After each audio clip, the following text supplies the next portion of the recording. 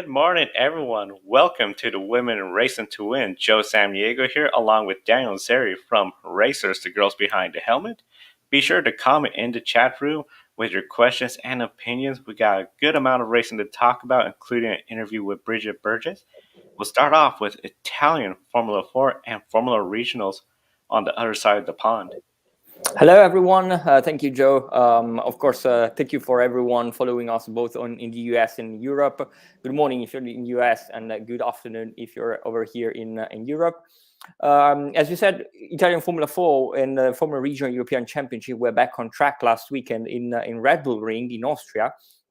And I was on reporting duty from the track at Red Bull Ring. It was quite an interesting weekend, I would say. It was actually the weather forecast said that it was likely going to rain. Only the final Italian Formula 4 race on Sunday was a wet one, while all the other ones were dry races, and actually was pretty warm over the Styrian Mountains in Austria. Always a beautiful place to be. Hamda Al Qubaisi, the young Emirati racer, was back in Italian Formula 4 Championship. Also, Maya Veug, the very first female driver for the Ferrari Driver Academy, was back in the Tatus Formula 4 car for Iron Dames, Iron Lynx.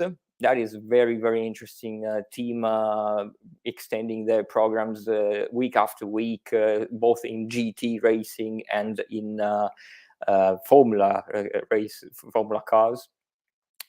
Both Maya and Hamda are having a good season for both of them. But Hamda, considering how she started the season with some top 10, with a podium in Misano, she really was straight on pace, and she really wanted to be a consistent presence in the top 10. And I definitely think that she has that potential to do so. Also in testing, she's always up there.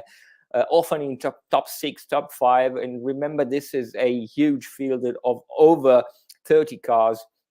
At Red Bull Ring, we had 33 cars, and all of the pack is like in less than 2 seconds. So this is probably one of the most competitive Formula Series in Europe, I would say. So, and Hamda is really, really fast. She's racing for Prema, our team. It is one of the very top teams in European single seaters. But after the halfway point of the season, I would say she is having a little bit more of a challenging championship. She has been struggling a little bit in the past 2 races. At Red Bull Ring, she was quite okay in practice when she was P15, so in the midfield, really in the midfield. But a few tenths away from the top runners, so she definitely had the pace to climb some positions. Unfortunately, in qualifying, we have to say that the weather in Austria was warm in the afternoon, but early in the morning, it's in the mountains, so early in the morning and late in the afternoon, it's cold. So the qualifying of the Formula 4 Italian Championship were held at 8 a.m. in the morning, and that was pretty cold, and the track was damp because of the time of the day. And Hamda said that she wasn't really feeling comfortable with the car in those conditions. The car was sliding all over the place. She didn't have much grip. She wasn't really feeling comfortable with the car. So she asked the team to have a little bit less of an oversteer and setting the car up for a little bit more of an understeering car, which definitely helped her in qualifying. But made her life a little bit more difficult in the races, because this is also a track where the slipstream is important. It's a low downforce. It is really important to to be close on with the car in front on the long straights. But then it's not easy to pass. And she said that once close to the cars in front on the braking and in the corners, she had really difficult time in getting close to the cars in front and to follow and to overtake.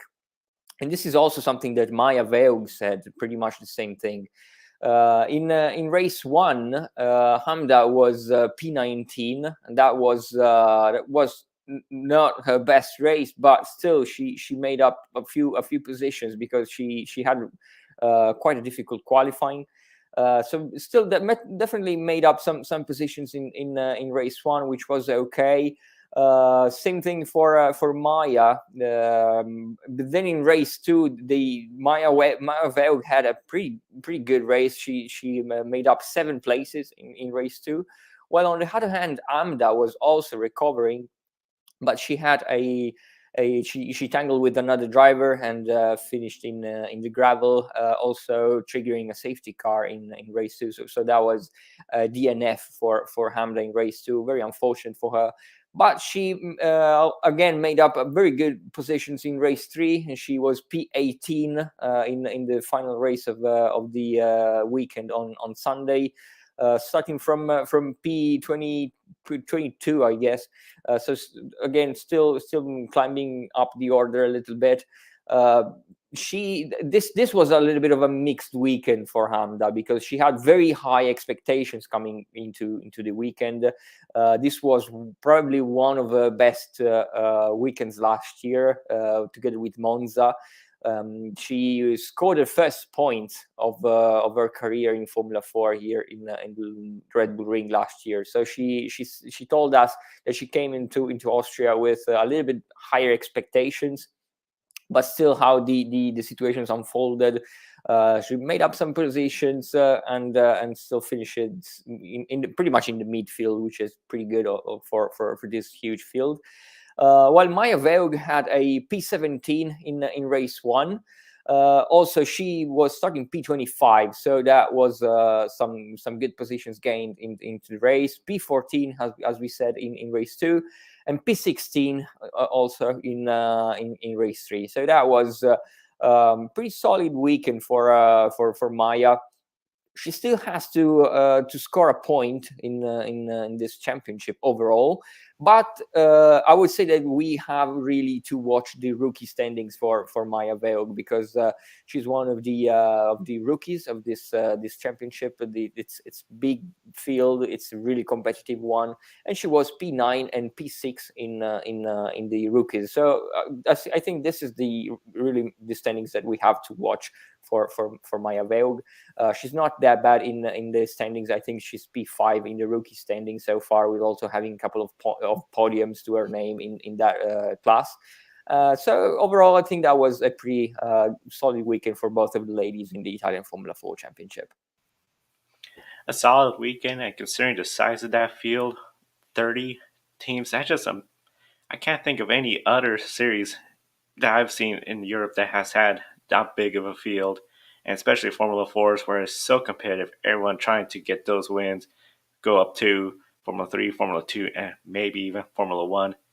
Super competitive field in Italian Formula 4, and of course we'll be following Italian Formula 4, Hamda Al Qubaisi, and everyone all year long. One of the series that we were following this past weekend was the Arca Menards West Series. Not exactly the largest field, 18 in total coming to Portland International Raceway, which is the 6th round of their 2021 year. Now, prior to the ARCA series, Portland International Raceway has seen a total 12 NASCAR Northwest or K&N Pro Series at the road course track. Of course, NASCAR a lot of times known for oval racing, but we're seeing more and more road courses being added on to that schedule. Plus, 2 Truck Series races have raced there as well. Saturday, we had Bridget Burgess, originally from Queensland, Australia, now based out of Utah. The family operated team came into Portland 8th place in the points standings. Portland is the second road course of the year. The first road course of the year was Sonoma Raceway, where she was having a great run up in the top 10, even up towards the top 5. Settled it down in 8th place for an 8th place finishing position at Sonoma. One of the unique things with that race, Chase Briscoe from the NASCAR Cup Series won that race because the NASCAR Cup Series were there that weekend, so some Cup Series drivers used that race as an opportunity to try to get a better understanding of the road course. Portland, no Cup Series racing, so that means it's only going to be ARCA Menards Series West drivers, so one of those ARCA Menards Series West drivers is going to take the win. And for Bridget, essentially Friday practice and then Friday evening, once we got to qualifying, she came home 10th place. 10th place qualifying effort. Great effort for her and her family team. 18 cars were starting the race. However, one did not start the race, so 17 took the green flag. And on that initial green flag, there was some big trouble. The festival corners, of course, we saw the festival corners all weekend long, where it was IndyCar, ARCA Menards, Indy Lights.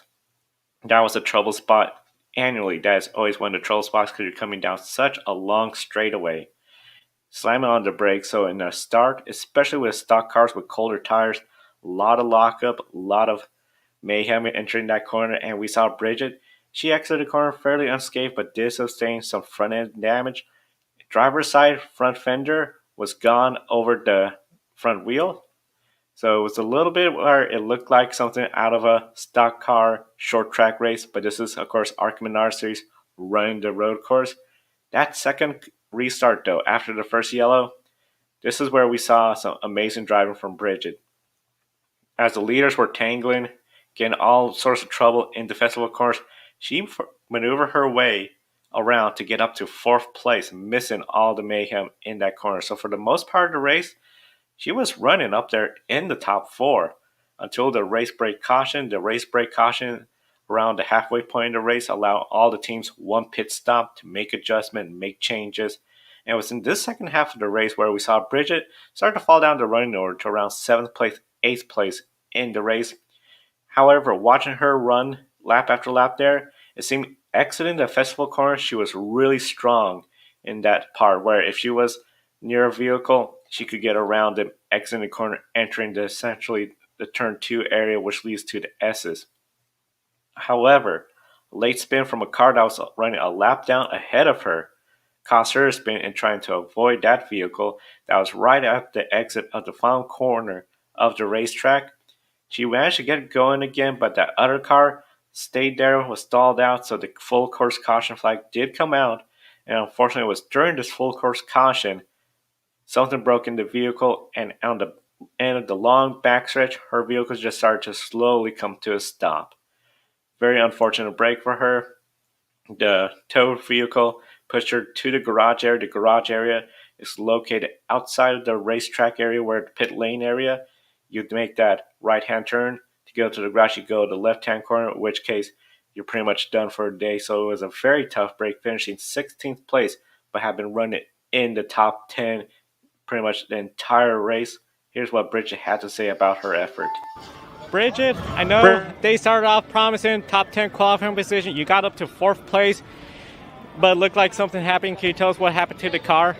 So I had a spark plug wire and it broke, so it just stopped the engine straight away, and I unfortunately just finished 16th, but it's still good, so yeah.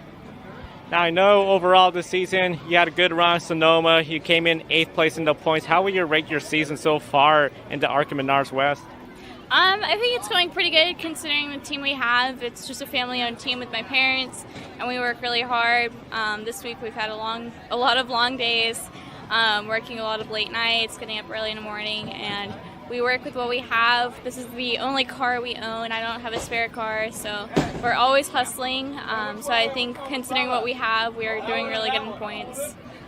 And I know that second restart, that's where you got up to 4th place. Can you describe best from your view what you saw entering the festival when we saw all sorts of chaos? I braked really deep, which I kept doing over and over. I don't think I made too many friends out there, but it's just what it takes. And getting up to 4th place is really cool. I wish I was able to stay up there, but again, we just have to work with what we have. And hopefully the next time we come back here next year, it will be much better. But for now, it was still a good race. And speaking about next year, it looked like exiting the festival corners, looked like you were really strong out there. Was that one of the stronger parts of the track, or was there other areas where you felt like you and the car were just really had an advantage over the others? I think I had a good advantage into turn 1 and probably the last few corners of the track. I think I struggled a little bit on horsepower in the straights, but that's okay. We'll just keep beating them down. And again, road course, it's really about driver skill, so I think I really had it on the entry of the corners. and I had pretty good exits, but again, it's just there are a few straights out here where I just couldn't beat them. Bridget, thank you so much for your time. Any special thank yous or sponsors you'd like to give a shout out to? Thank you to HMH Construction, Gear Inch Tools, Sunoco Fuels. Hopefully the next race will be much better, but thank you to all my sponsors and fans out there. Thank you so much and have a wonderful evening. We'll see you next time at Portland. You too. Thank you, guys.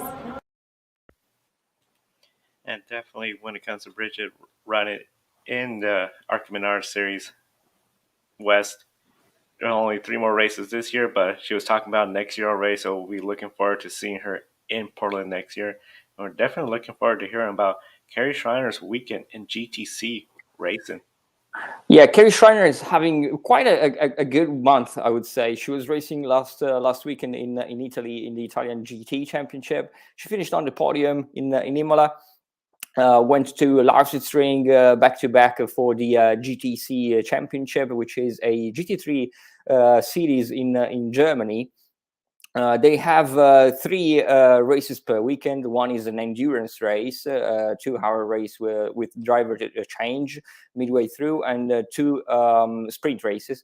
And Carrie Schreiner is doing great in that series. She had also 2 prior podiums finish, and at Lausitzring, she qualified in P4 for the Goodyear 60 race, which is the endurance one.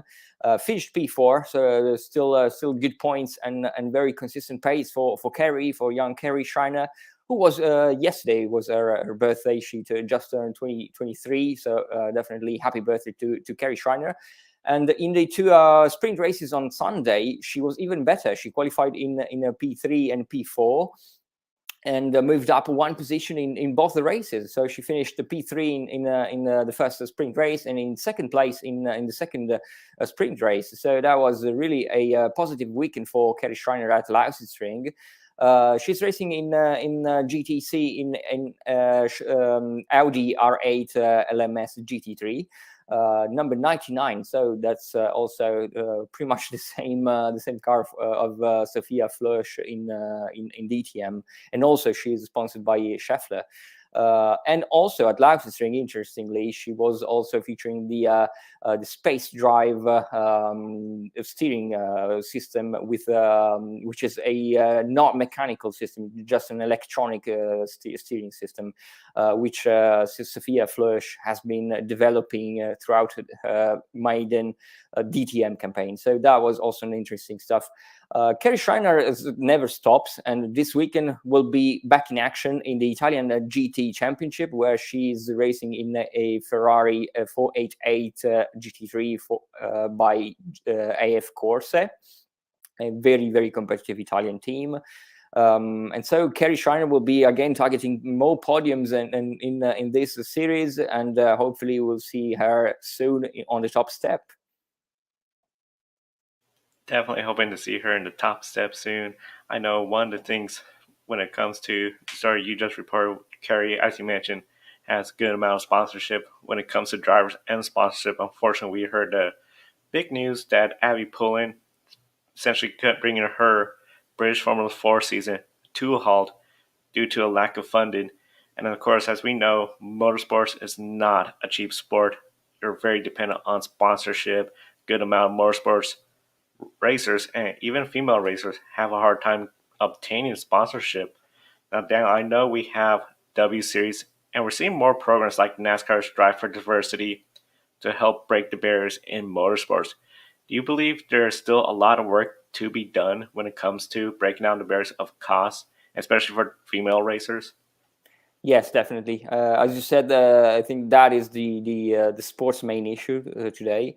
It's accessibility is really tough. It's really difficult even for karting drivers to try to get the step up into Formula cars or into motorsport in general. So that's one of the main issue of this sport that it will have to address in the very shortly, because now costs are. It has never been a cheap or accessible sport, but now I think really costs are skyrocketing. It has slowly not that slowly become a billionaires club. We've seen this in Formula One. And unluckily, this trend is also translating into the lower series, into the lower formulas. Now, Formula 2, and Formula 3 is now really hard to cover in the coasts. Formula 4 as well. Especially to do a championship with a top level team and in a top level, to try to get to target for podiums and for points and for victories, you really need an extraordinary budget. We for example, Sophia Floersch said that last year she was racing the FIA Formula 3 Championship, and the budget in a top team is like 2 million euros. She said that at Campos, which was by any means one of the top teams, she paid 600,000 euros. So that was pretty big gap in the budgets, and so this is why also some followers say, okay, but she was not really competitive. Yeah, there's a lot more than behind the scenes than just results. And as you said, Abbi Pulling, that's really unfortunate that she had to post her British Formula 4 season. That's as you said, W Series is also trying to play a part in trying to give these women an opportunity for no costs. We know that Abbi, of course, she did 2 races in W Series. She was very fast, straight on pace, so she will likely get a full-time seat in W Series in the future, but I don't think personally that is a long-term solution. I mean, yes, of course, it's really important. It's great that there is something like W Series that try to give them a seat and chances to race competitively. But if they ultimately want to move up the ladder and try other mixed series to try to get into Formula 3, Formula 2, or even Formula 1, something has to be done to try to assess this problem of the skyrocketing budgets. Skyrocketing budgets, and we're even seeing, of course, the impact here in the United States. As Portland, we had Callum Ilott here in IndyCar, and he's doing races here now rather than being in Formula 1, where a lot of people believe he should be in.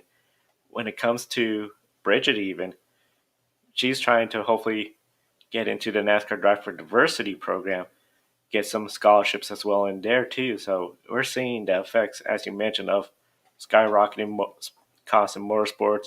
It's interesting. We're seeing how IndyCar, now NASCAR with the new car, are trying to make it a little bit cheaper. So hopefully we'll see that make it where those barriers make it where it is a bit more accessible, because yeah, it is becoming something else when people are talking about half the drivers on the grid pay their way into Formula 1 or something like that.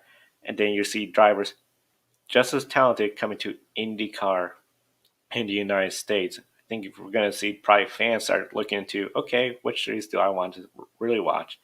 W Series, as you mentioned, all the drivers there, they're covered. Cost is not a big thing for them to worry about. And one of the drivers, Vicky Piria, she is organizing racing simulator event for women to get engaged in motorsports. And of course, we've seen how racing simulators, iRacing in the United States has really made it where that gap, that bridge barrier is reduced, because you could really start racing at a younger age using the simulators. Daniel, what do you know about Vicky's new idea of utilizing simulators to introduce women to potential careers in motorsports? Yeah, I think Vicky's idea is really something that she really cares about this, and I think it's a brilliant idea because, of course, as you said, the simulators we've seen also in the pandemic. You know, in the early stages of the pandemic, where everything in real racing was really came to a halt. Everyone was really getting engaged both with the fans and also trying to stay in that race focus and mindset with these professional simulators. And I think Vicky's idea is brilliant, and she wrote to us about her idea last week. And she's now organizing this female-oriented days at a professional simulator facility where she usually trains for W Series races. So this is one of the big professional facilities with the car, with the cockpit, with the pit wall and all the screens when the engineers are monitoring all the performances, and then you can see your data on the screens, on the telemetry, and try to improve lap after lap. This is one of the facilities that many Formula One teams and also other Formula 2 and Formula 3 teams are now using on a daily basis. And so Vicky really came up with this idea of trying to engage a new audience of women that she said that on her social media pages she has a pretty good following in also especially in Italy, because she's often on TV with car and racing related programs. So she is quite popular here, but all around Europe, I would say. And so she said that throughout her social media pages, there's a lot of women that are trying to write to her and saying, Vicky, I have been following racing and motorsport for quite some time, but I have no idea how to get involved into it. I have no connections and no contacts. How do I start this sport? How can I, get to know more about this? My parents are not really into it. My friends don't want to have anything to do with it, and so they really say that she has day after day she receives messages from a lot of girls and women trying to ask her for advices. And so she came up with this idea, and she said, why we do not organize days at a simulator facility, which is a little bit more cost effective, definitely, and it's also more a familiar environment where she can really get to know all of them personally and try to explain to them the basics, and you can try your first hand without being in a car for the first time. You get to know the sport. And so this I think this is a really brilliant idea. She will be selecting 6 women for a first event, and we will try to be there and to report from this event and see what comes up out of it. That is very exciting. The opportunity to go to such a facility, get this all experience where you can really see, okay, this is something I really want to be part of, be involved in motorsports.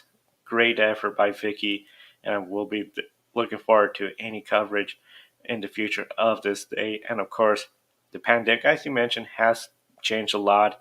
So this has really, I think, changed it to where, okay, what we saw with esports really, I think, opened the door for so many that this is a potential way, a path into motorsports, and hopefully we'll see a lot more, and especially fans like what Vicky's doing, it's going to really, I think, bring a lot of new upcoming racers. And speak about upcoming racers, we got a good amount of upcoming races. Can you tell us about this weekend's races that you're going to be following? Oh, yes, of course. We have Arkham and Artisan track, as well as NASCAR tracks. We will be on track, not me personally, but my colleague Vivian will be on track in Denmark for TCR Denmark. That's a really interesting new series, which we are following pretty closely with a very competitive driver, Louise Foster. Then we have a DTM with Sophia Floersch and Esme Hockey at Assen in the Netherlands. Also on the DTM package, we have a DTM Trophy and the BMW M2 Cup. Then in the UK, we will have the BTCC. Of course, British Formula Motorsport is also scheduled for the same weekend, but Abbi Pulling, as we reported, will not be racing there this weekend. Euro NASCAR is also racing at Grobnik in Croatia for the penultimate round of the season. Then we have Spanish Formula 4 and TCR Spain at Valencia, the Ricardo Tormo circuit. Danish Formula 4 with there are 5 female drivers in that series. That's pretty impressive. With Juju Noda being the most popular one. GT World Challenge America, where our friend Erin Vogel will race, and also Taylor Hagler and all the support series of the SRO organized the championship. Then we have ELMS with the Iron Dames at Spa-Francorchamps. Also Michelin Le Mans Cup with Dorian Penn and Manuela Gosner. Also in ELMS, Sarah Bovey that made her debut in the WEC in Monza, and then went on to race at Le Mans with the Iron Dames. Will be promoted to the ELMS Iron Dames lineup. So that's she's on a good season. Sarah, we also had her on the show previously. And Carrie Schreiner, as we said, racing in Vallelunga for the Italian GT Championship. A lot of racing, including tonight we have the NASCAR Truck Series, Hailie Deegan, Jennifer Jo Cobb at Bristol Motor Speedway, American Short Track Racing at one of those finest facilities. So a lot of racing all over, and we encourage everyone to be sure to visit the website, Racers Behind the Helmet. Check out all our coverage and race reports. We invite you to follow the Grid Network right here on YouTube. Subscribe and like. Hit the bell icon so you don't miss any updates as we go on the air. And of course, we are on Twitter, Instagram, Facebook, and TikTok. Definitely a very exciting race weekend. We thank you for joining us for today's program on the Women Racing to Win. For Daniele Zeris at Racers Girls Behind the Helmet, I'm Joe Samaniego. Thank you for tuning in. We'll see you next time. Don't be an anonymous investor. Join the stock market social media platform, public.com. Invest any amount of money and share with friends and new friends. Discover new opportunities, such as new companies and potential business partners, and useful tools for beginners, and share your experience with friends on public.com. Link in the video description gets you $5 for being a Grid Network viewer. Use the referral code GRIDnet for your free $5 to invest. Start investing and networking on public.com.